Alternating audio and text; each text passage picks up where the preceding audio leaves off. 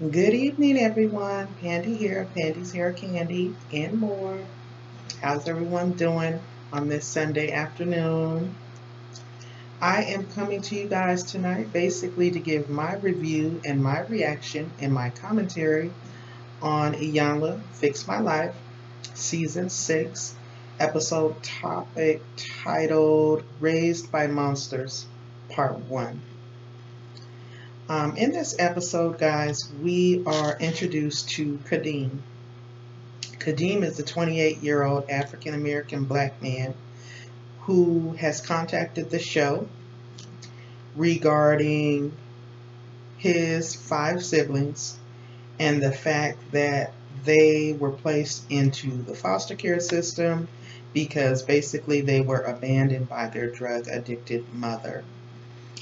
Again, there's 5 siblings, but only 4 of them were actually placed into the foster care system. Kadeem is also a twin. His twin sister is Kadara. His brothers are Michael and William.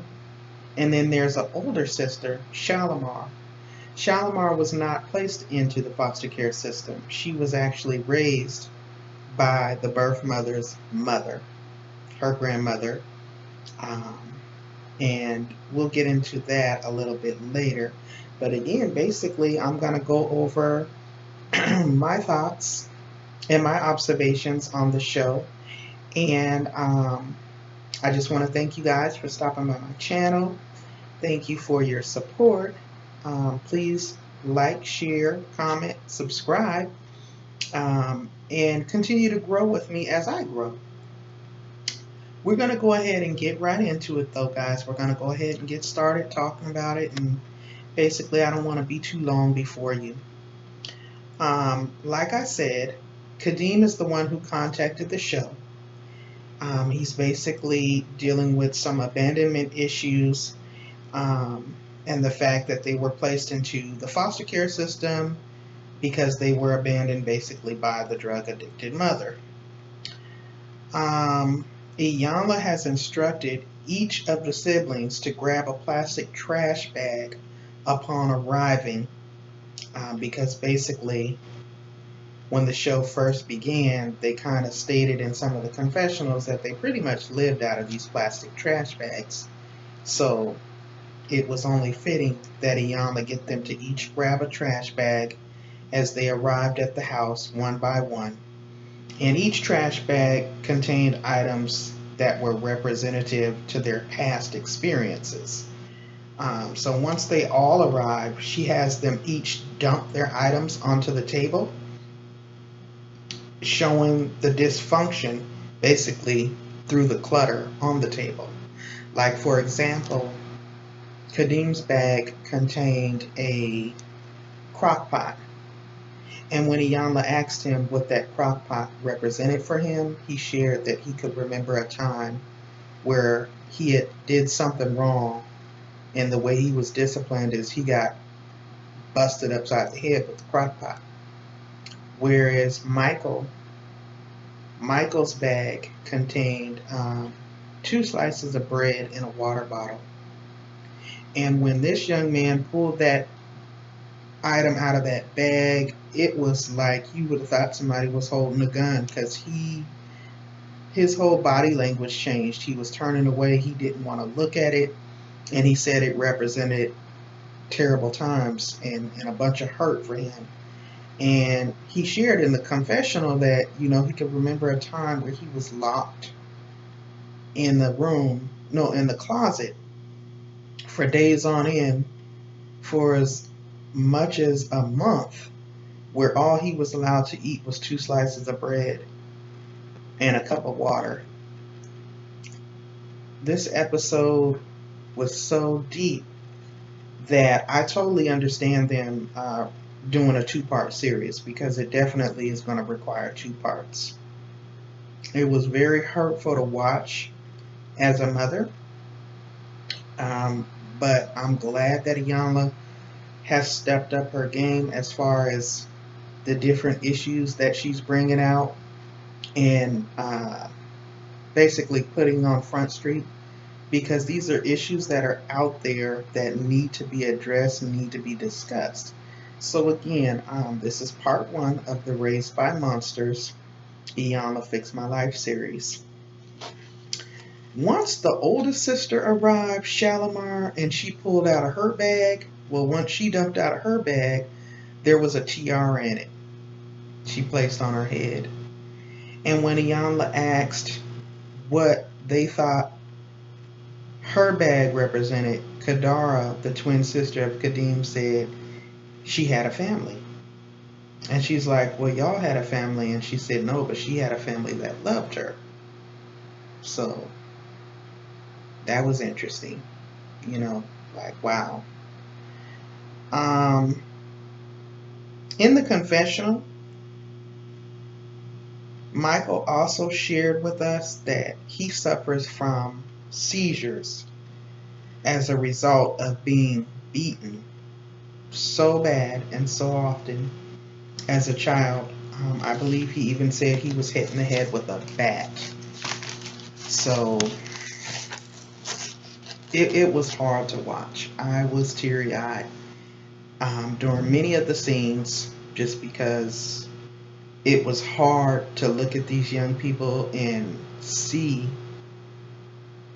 that they've came so far physically, but they're still kind of stagnated and stuck back at whatever age it was that all this was occurring. So I'm glad they came to the show, and I'm glad they're trying to make an effort to resolve these issues. It was hard to watch though, y'all. Now, next, moving on, Iyanla then breaks the siblings off one by one, starting with Kadeem. Kadeem is the youngest sibling, and he explains to her that him and his twin sister Kadara were taken at birth from Rita. Iyanla's like, who is Rita? And he tells her that's our mother. Iyanla asks him, well, do you know her? And he says no. And he tells her, we were taken at birth. We were placed into foster care for 11 years. Then finally, a lady adopted us. But the lady that adopted us told me that she knew I was gay. She could look at me and tell I was gay, and she knew I was gay.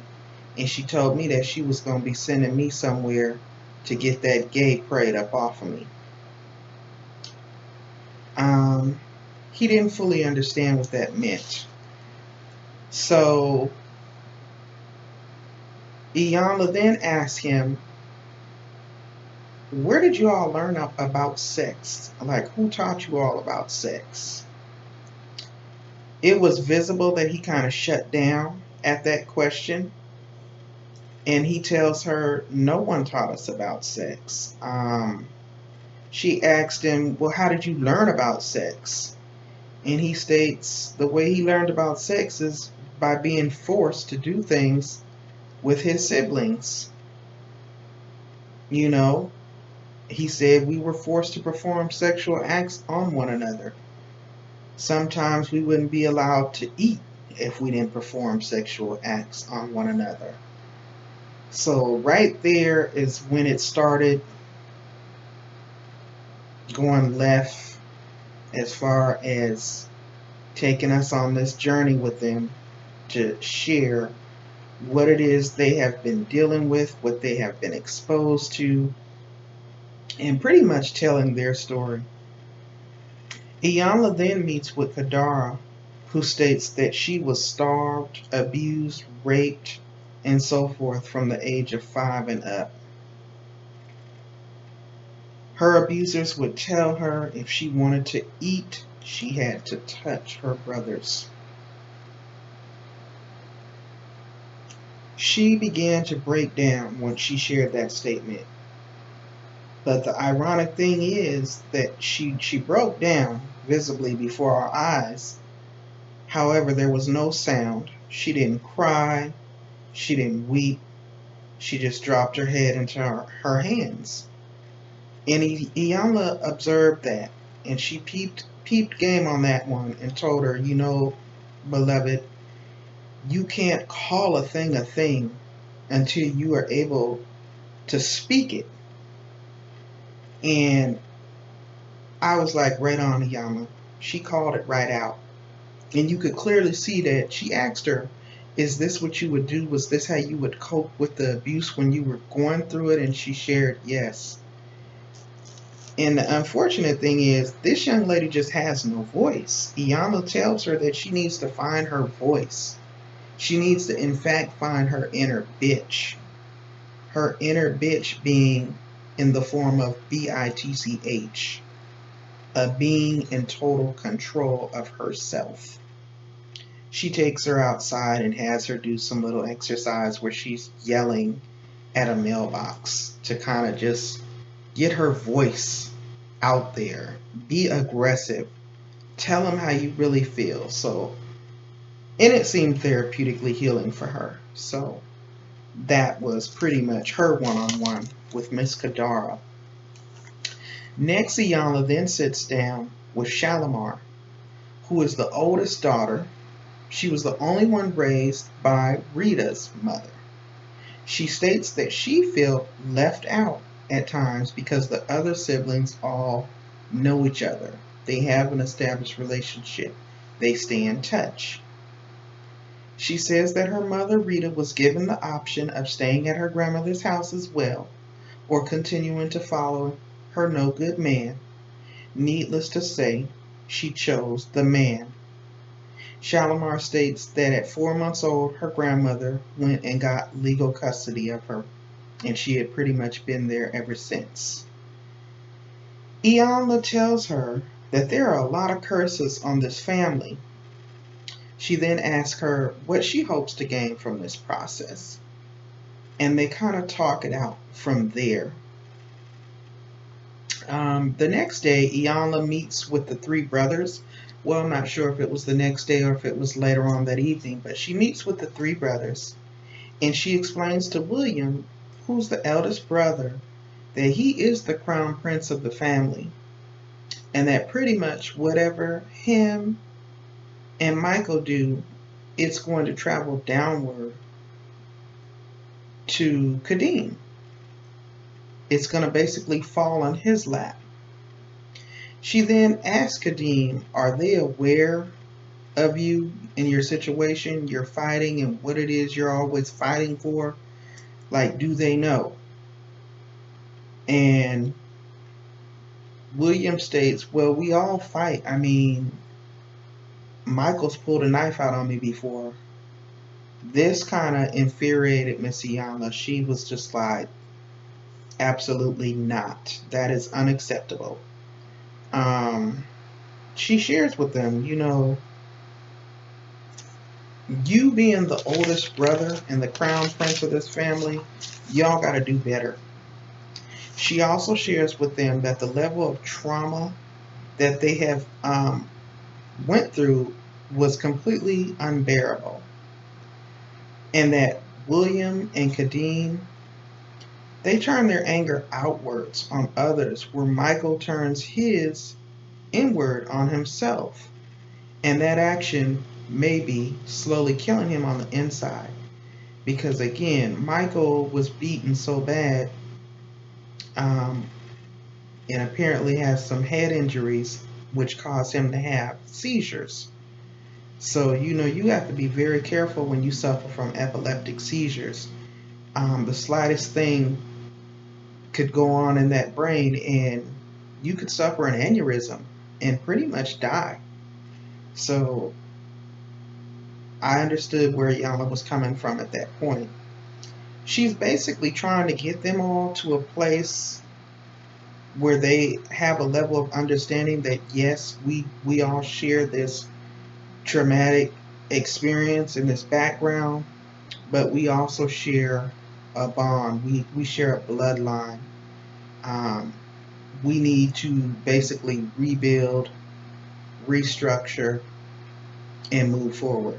And I think that's where Iyanla's trying to get them all to identify with that and be able to move forward in a healthy fashion. Now, moving on from there, Iyanla sits down with William, the oldest brother. The staff has informed her that Mr. William is in breakdown. When she goes to sit down with him, it's difficult for him to verbalize what his role has been in the molestation, in the abuse, in the incest. He doesn't speak it. It's clearly evident that he has a level of shame and guilt. He just doesn't want to speak it. So what she does is she talks to him and tries to get his perspective on what's going on. And he kind of starts breaking down, weeping, saying, he don't think he can ever be forgiven for what he done. He looks at his sister Kadara and he can see that she's going through it. Apparently, I'm pretty sure with him being the oldest brother and Kadeem sharing that they were forced to do sexual inappropriate things to one another, him being the oldest brother, he was old enough to know what they were being forced to do was wrong. But he also stated that there would be times when he would be locked in the basement for so long, and the only time they would let him out was when he would bend and agree to do things to his siblings. So I'm pretty sure there's an extra level of strain on him and Kadara's relationship, being that she's a girl and he's a boy, and the fact that he was breaking down crying and stating that he didn't think he could ever be forgiven for what he had done. That one can only speculate what type of crazy mess these people who were supposed to be loving, nurturing, protective, adoptive parents force these children to do with one another. Just sick. Sick. I mean, that's pretty much it. That's sick. I don't know what else to call it. She then takes him outside onto the grounds, what looks like to be a rabbit hole. She tells him to lay down and to speak his craziness into the hole because she clearly identifies that he cannot speak his acts. He cannot speak the molestation. He doesn't want to put it out there. It could be shame. It could be guilt. Who knows? But he definitely has a problem with verbalizing it. And in order to get through this process, the same way she told Kadara, you have to give it a voice. You cannot speak to a thing until you actually speak it, put it out there. He's very hesitant. He says, I don't understand this. And she starts quoting Bible scriptures to him. Lean not unto your own understanding. Acknowledge him in all your ways, and he could pretty much identify with that. So he does follow her instructions. However, he doesn't really speak it out. So she tells him it's okay to go ahead and say it quietly. And he does. You could kind of hear him talking, but it was very low. So she said, you're speaking that thing into that hole. And after they were done, they took a shovel and they started putting the dirt onto the hole to bury it. This signifies you're putting it in there. It's done. You're done with it. We're burying it. It's gone. So he seemed to get some type of closure from that. However, he shared with her, he always blamed himself, being the older brother, not being able to look out for the siblings that came behind him, not being able to protect them. As the older brother, he felt like he was responsible. He should have been able to protect them.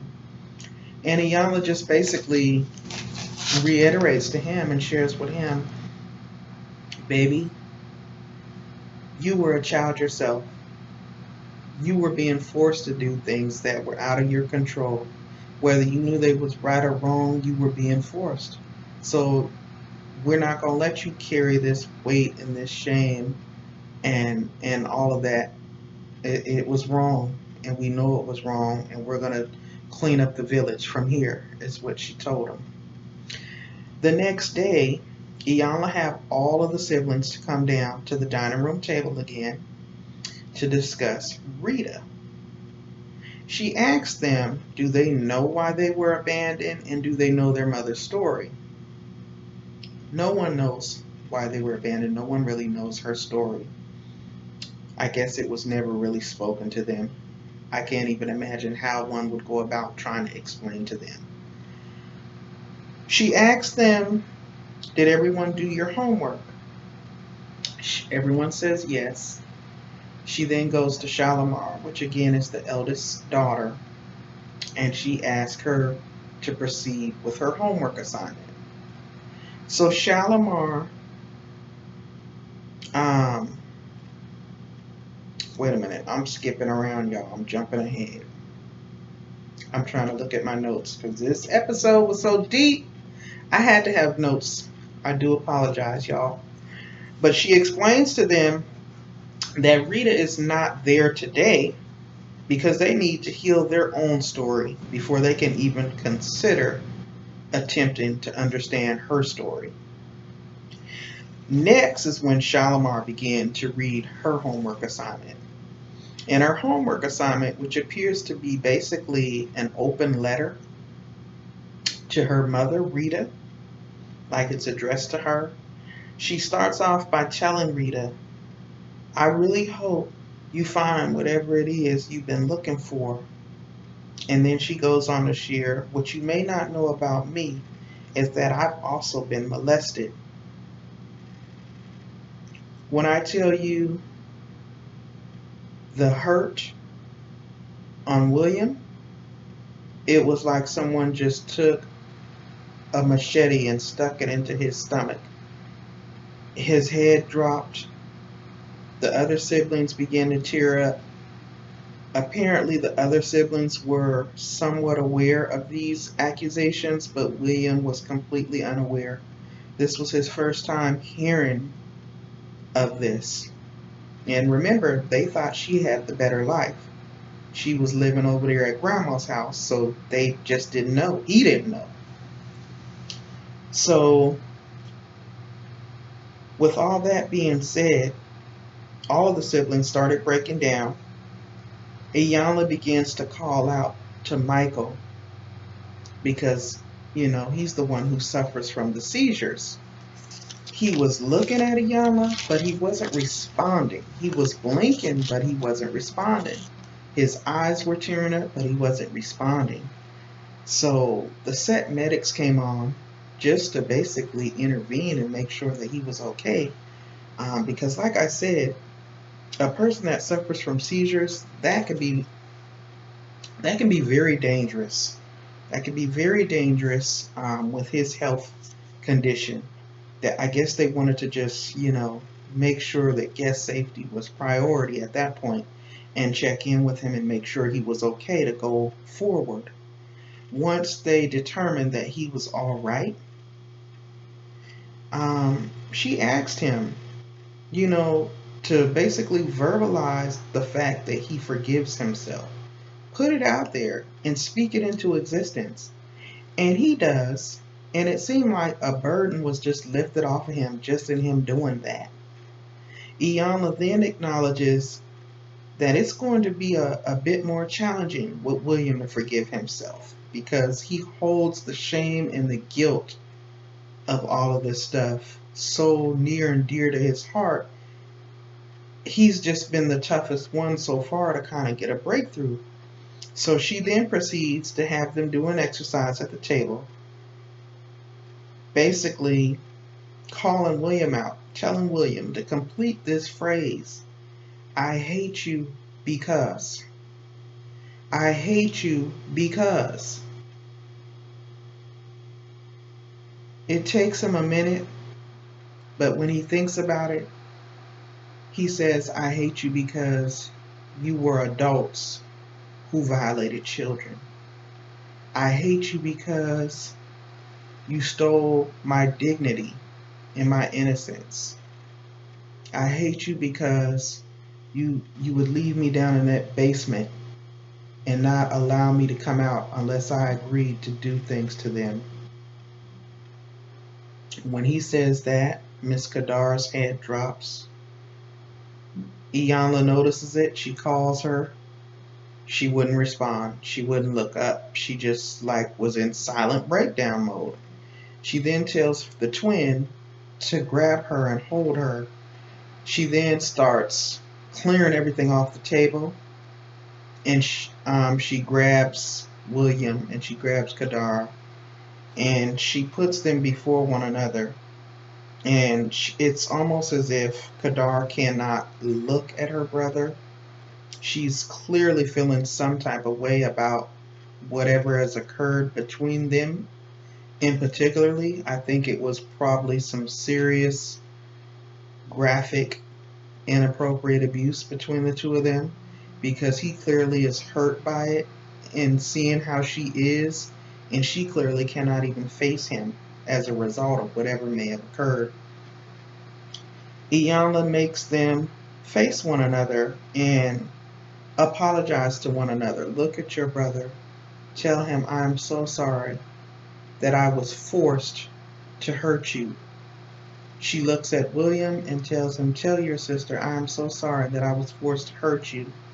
She basically gets them to apologize to one another and tells them you all were forced. This is not something that you wanted to do. This is something that you all were forced to do. She gets them to do that, to tell one another that they love each other and to embrace one another. And it seemed very therapeutic for the two of them to try to move forward from that aspect of this whole situation. Lastly, Iyanla clears the table so that they can have a meal together. The table is all nicely set with food, and everyone seems a lot clearer than when they first came in. The hearts weren't so heavy, the mood wasn't so dark.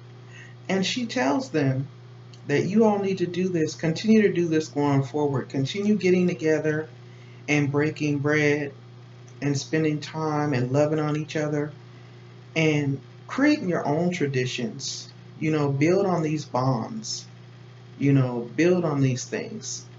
She also tells them that she was aware that Grandma used to like to make quilts, and she presents them with a quilt, a real nice quilt that had all of their portrait on the front of it, and she tells them that each one of them will be able to have this quilt in their possession for a year, and then they'll pass it on to the next sibling, and then the next sibling will have it for a year and they'll pass it on to the next sibling. And that was pretty much the way this episode ended. Raised by Monsters, Part 1. It was deep, y'all. But it was good. I don't even know what Part 2 is going to involve, because I'm assuming they're going to bring the mother into it, but Part 1 was very deep. They just touched on the surface of years of abuse and hurt and despair, and hopefully they have all been able to move forward and get the help that they need to be able to get some sort of closure and reconciliation amongst one another. Because here they thought Shalimar was doing better than them because she wasn't in foster care, but here she was getting abused also. Iyanla had even asked Shalimar, how old was Rita when she had you? She said 16. And Iyanla's like, well, where was her mama at? So there's a clear pathology here that I'm sure we'll touch on when we get to Part 2 next week, y'all. Thanks again for stopping by my channel. Thanks for rocking with your girl. I do apologize if the video was a little lengthy as a result of me looking at my notes. Please drop down in the comments and let me know what you all think. Let me know what you thought about the episode. Let me know what you think about my review, my reaction to the series. And please feel free to like, share, and subscribe on the video. Until next time, guys, I'll talk to you later. Bye.